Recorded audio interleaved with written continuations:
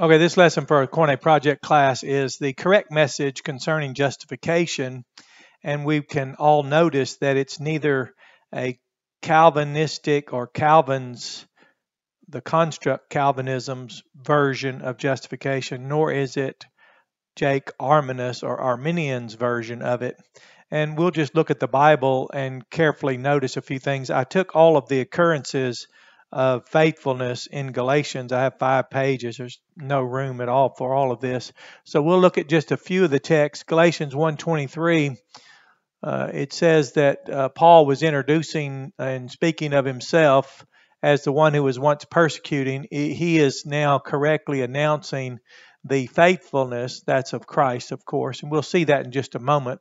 So we're actually making a case for the faithfulness of Christ. Galatians 2:16, Paul said, as ones who have noticed and continue to notice that no kind of man, Jew or Gentile, is being justified out from any kind of works of any kind of law except through faithfulness of Jesus Christ. He then said, even we ourselves into Christ Jesus we believe, punctular action, simple form of action, in order that we might be justified, declared right, out from faithfulness of Christ. And notice he distinguished his simple act to believe into Christ from the substantial, unsurpassed faithfulness of Christ, which is unique.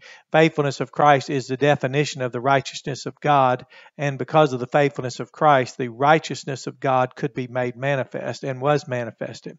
Galatians 2:20, Paul then said, but that life which I am now living in flesh, I am living in faithfulness, in the faithfulness of the Son of the God. So our source of justification, the faithfulness of Christ out from which we've been justified, he's now correctly announcing the faithfulness of Christ. He's certainly not preaching his. He was once a persecutor, and now he said that the life he's now living in the flesh, he's living in the faithfulness of the Son of God. That same faithfulness out from which he's justified, out from which all of us who simply trust into him are always being declared right.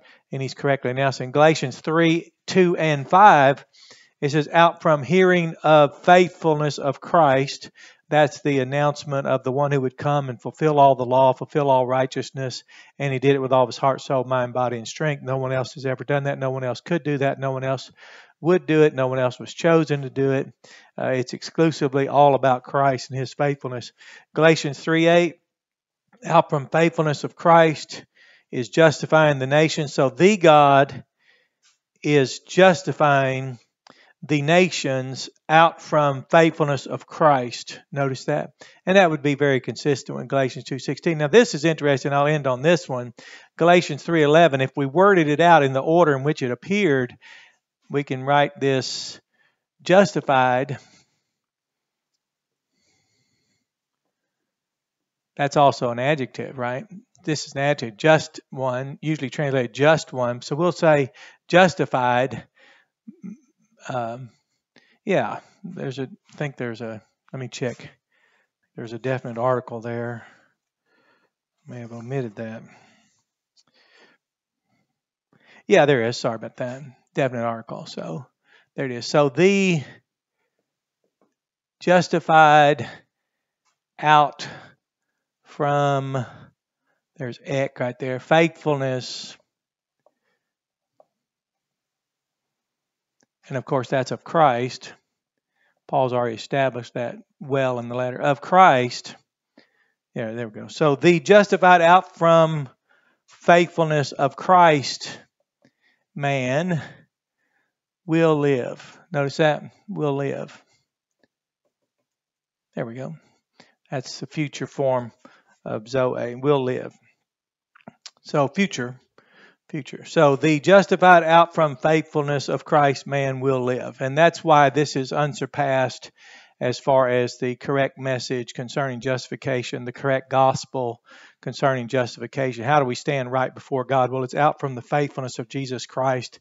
It's not our act to believe into him is because of the gospel that Paul said he noticed that correct message that no kind of man is being justified out from any kind of works of any kind of law except through faithfulness of Jesus Christ. Thus, in this 23rd verse, he could say he's one who's correctly announcing the faithfulness. That's the faithfulness of Christ. He could speak and say that the God is justifying the nations out from faithfulness of Christ.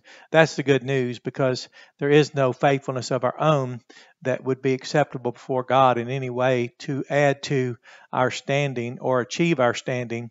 So faithfulness of Christ